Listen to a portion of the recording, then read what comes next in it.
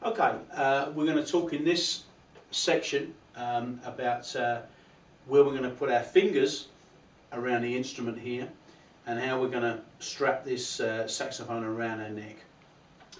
You will notice first and foremost that you've been given a strap with your saxophone. It may be that you might want to just look at the quality of the strap that you get. You always want to try and find something which has got a good quality sort of dog clip on the end of it. It's going to hook onto this hook around the back here, into this hole just here. You do find others out there which may be metal, and you do find others out there which are not so much of a clip like this, but are just a hook. They can sometimes lead to problems, especially if you're sat down resting the saxophone. Sometimes they can unhook themselves. With these dog clips, you tend to be fairly safe, and the majority of straps will use these. Okay, so make sure you've got something using this. Also, something which is padded around the back of the strap there, which is not going to be too thin.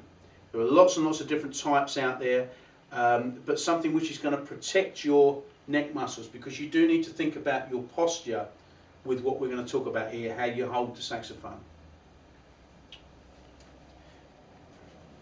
So once we're clipped on, the saxophone really, once you get used to it, is going to be there free and available. You don't need to be held onto it really tightly all the time. Okay, so the good thing about this is that although it appears that there are lots of buttons on this instrument, each button virtually is covered by its own particular finger.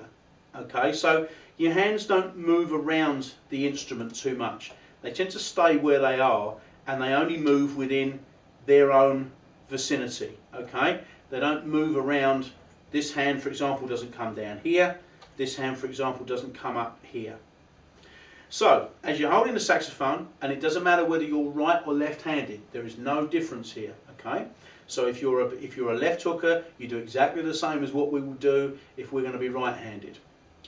Your left hand then is going to come onto the saxophone, and we're going to notice that we have 1, 2, 3, 4, and this will go on at the top there, 5 keys in this vicinity, and we're going to use the first 3 fingers there, 1, 2 and 3.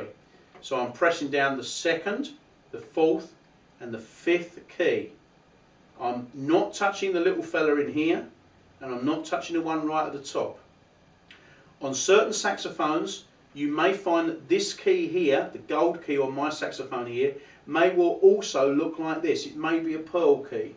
Okay, we still don't want to touch it. We want to go for 2, 4 and 5 with fingers there, 1, 2 and 3. Yeah, our little finger then is going to be here and is covering these notes to this side, and our thumb is coming to the back of the saxophone, and you'll notice there that there's a black button. It doesn't do anything, it's just a black stopper there, but your thumb is going to sit and take the weight there on that black button, and it's going to use and be able to pivot forward to play this octave lever at the back of the saxophone. Okay, and you always will keep your thumb in contact with that black button there, the back part of your thumb just there, in contact, so you can rock your thumb forward. Never get in the habit, this is a bad habit to have, of lifting. Don't lift this away, because this is also going to give you balance with your strap. This thumb and down here is going to balance the saxophone for you. Okay, so your thumb here at the back, at the moment it doesn't need to press this key, it just needs to sit there. Fingers around the front, and you'll notice that we've got some keys coming up the side of the saxophone here, and this is where they're actually operated from. We need again to sort of at the present time think that these keys aren't here for our first initial notes. So we need to find a gap down there where our hands can actually get round. Now, if you are a little one, if you're a child, 9, 10 years old, you may be finding that your hands struggle slightly to get round there, and that you might be opening one of these keys just by pressing. You need to really think about your hand position there, because it is going to be a bit tight for you until your hands get a bit bigger. Also, if you're a smaller adult, smaller lady perhaps, you may find that situation. If you've got small hands, you need to be aware of these keys on here and that you're not going to open them up. So our hand is going to be in that kind of position there. Okay, that's the sort of shape of it. Thumb at the back, just there, like that. And we're missing these keys here. We're trying desperately not to touch them. Okay, so then we come on to the right hand. Now, the thumb then is going to come round the back of the saxophone onto the thumb rest. This thumb rest here on most saxophones these days will be adjustable. You'll find a screw there. You can quite often push it up and down, and you can push it from side to side. Put it in a situation where you are happy with it. Okay, and this also is the only digit, the only finger that you've got that actually doesn't play anything, that doesn't press its own note. Okay, it's purely there to balance. Okay, and it will take, with the strap, your two thumbs just there like that. You've actually got the saxophone balanced. Okay, then we're going to come around the front here, and we've got nicely 1, 2 and 3 keys there, all pearl keys. There they are. Our little finger is covering just here. We've got 2 notes there for it, and we also notice as well that we have some other notes coming along in here, and these, the majority of the time, are going to be played like these ones at the top, these ones here, with the side of our hand. All of these notes here though are going to be a little bit more advanced, and you're going to find that we will come on to them a bit later on. The better that you're getting, the more notes that you're actually going to learn. But for the time being, we need to get the balance between our 2 thumbs. We need to find the finger position at the top here. Note 2, 4 and 5.